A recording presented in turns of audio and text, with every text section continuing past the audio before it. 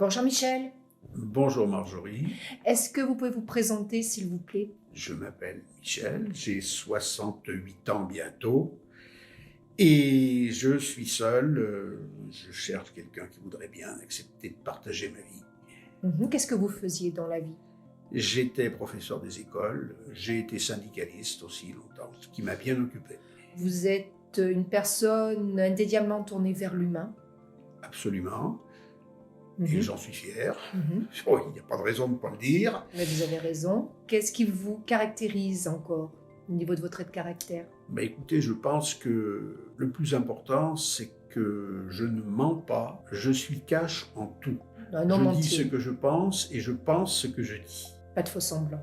Non. Quels sont vos autres traits de caractère? Moi, je m'intéresse à beaucoup de choses, très éclectique en matière de tout, parce que j'ai des activités assez variées et très différentes les unes des autres.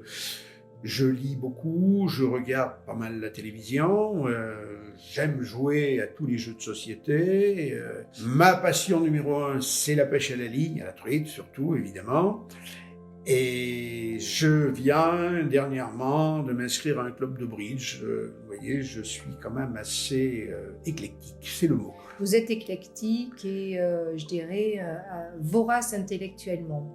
Oui, c'est vrai, je m'intéresse un petit peu à tout. Alors, le petit défaut, c'est que je ne vais peut-être pas toujours au bout de ce que je cherche, mais forcément, quand on veut toucher à tout, on ne peut pas tout faire à fond. Curieux, donc impatient un petit peu.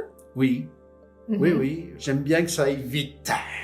Vite et bien quand même. Ah, évidemment, Mhm. évidemment. Je crois que vous avez également des talents d'écrivain, on va Oui, dire. alors, il ne faut pas pousser. J'ai commencé un roman, pour le moment, je suis bloqué. Peut-être que je le finirai, bon, mais c'est vrai qu'il est bien au moins aux 2/3, donc je peux me permettre de le finir assez rapidement si je m'y mets. Reste à ce que je me décide. Voilà. Que disent les proches de vous?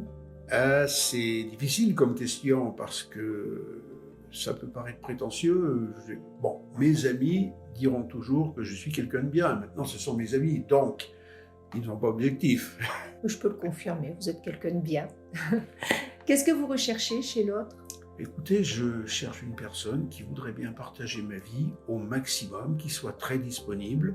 Je ne dis pas 365 jours par an, mais enfin disponible, notamment pour faire des grandes sorties. Et puis évidemment pour la vie courante aussi, parce que ce soit pendant l'hiver ou que ce soit pendant les canicules, eh ben seul c'est pas facile. C'est beau d'avoir des activités, mais seul c'est décevant. Vous parliez donc de bouger, donc faire des voyages, c'est ça? A priori, je ne suis pas très partant pour des voyages à l'étranger, mais ça ne veut pas dire que je n'en ferai pas. Mhm. Mais par contre, découvrir encore quelques coins de France que je ne connais pas, il y en a quelques-uns, ça m'intéresse. Et le faire tout seul, c'est difficile. Je suis parti l'an dernier seul dans les Alpes. C'est beau, mais à un moment, il manque quelque chose, il manque une présence. Oui, oui. Je vais vous laisser le mot de la fin. Qu'est-ce que vous aimeriez dire aujourd'hui à toutes ces dames qui vous écoutent? Ben écoutez, j'ai passé 50 ans avec la même personne. Ça veut dire que ça s'est pas mal passé. Donc, eh bien, je signerais bien pour un bail identique. Oui, c'est tout ce que je peux vous souhaiter en tout cas. Merci beaucoup Michel.